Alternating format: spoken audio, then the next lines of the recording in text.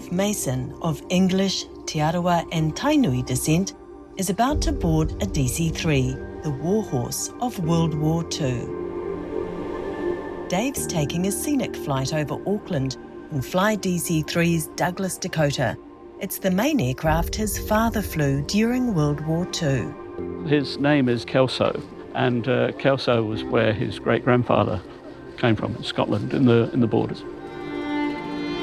His middle name is Wheturere, which was given to him at birth. That translates to meteor, and you think, well, maybe his parents sort of thought that this was in him, that he's going to fly high. Kelso Wheturere Mason flew nearly 2,000 hours during World War II as a transport pilot. He was one of 6,000 Kiwis based in the United Kingdom. The pilots first trained in Canada. What would be going on in his mind when he's on the ship going with his mates off to Canada and with that uncertain future? It makes you wonder. Jeff Cooper owns this Dakota, aka the DC-3 and C-47. It was the first commercial aircraft Jeff flew when he joined the Air Force in 1967.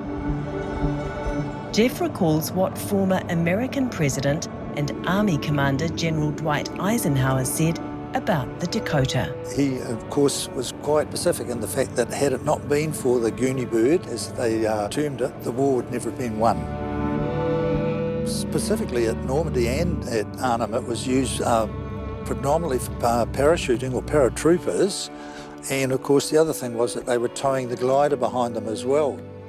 The gliders were a simplistic way, really, of doubling the capacity of what was being carried in the DC-3 or the C-47. They could get about 26 or 28 paratroopers in, and about the same number, perhaps a little bit more, in the glider behind. Keeping in mind, of course, that gliders were released when they reached the dispatch point, so there was no engine, no power on board that particular airframe. So a lot of them didn't make it, but fortunately, a lot of them did make it as well. Dave has a lot of questions about his father's war service. Kelso Mason died aged just 51. My father died when I was 8 years old. I find it sad that I didn't know more about what he actually did. But, you know, we all feel very proud that he contributed to the border effort, and very proud that he was married. I have found it fascinating when my mother passed on the logbooks and the photo albums to actually work out for myself what he did during the war. And for a relatively young fellow to go from a farm in Kawhia and Waikato to joining the Air Force, you know, what drove him to do that?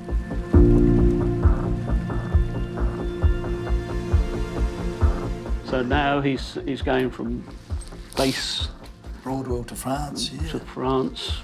It's strange that it's just got France. Yeah. It doesn't say where. Well, it's actually identified as B14. Oh, right, so that would be, yes. yeah. Because here it is again, C to Broadwell. Yes. Back there again. So there's some sort of code that they use. Yeah, exactly. Yeah, an unnamed airfield. I guess the fact that some of the areas were coded, that they didn't want too many people to know where they were going or coming from, and that what was probably on board the aeroplane as well. This is Kelso. Yeah, he was flying sort of here. He went from Lynham in the UK and right across to Cairo. Supplies might be troops, munitions. Yeah. Could even be, depending on, because remember they can put vehicles inside a Dakota. Oh, right. Yeah, jeeps and stuff like that. Yeah. On a mission like that, they were essentially defenceless, really. We all believe that we're part of history, that history isn't just in the past, nostalgia just isn't in the past, it's actually now as well. So we're the downline from the 1940s all the way through to now, 2023. After the war, Kelso met and married Dave's mum. He owned a corner store and his own recreational plane. We used to go flying, And my mother didn't used to go flying. She was terrified of flying. So my two sisters and myself were taken up by my dad. And my mum would be left behind in tears, thinking that's her family going up, you know. But of course we always came back, you know, because I think it was a pretty good pilot.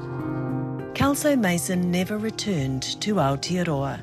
He died of a heart attack in England in 1961, aged 51. But he is remembered in his birthplace of Kawhia, where his name is on the school's World War II Roll of Honour.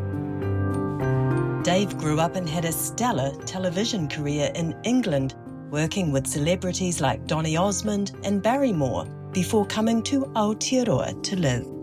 When did you first find out that you had Māori heritage? When I was 14, I said to my mother, I said, you know, it's rather strange because I'm quite brown. You know, when the sun comes out, I really go dark. She said, I forgot to tell you that you're part Māori. And I said, that's marvellous. I said, that's great. So it's then that spurred me on to start work on the family tree and find out a little bit more. And then in 1999, when I came out to New Zealand, I made it a bit of a priority to trace my roots. While Kelso lies at rest in England, his son Dave Mason's journey of discovery about his dad and his own heritage will continue for years to come.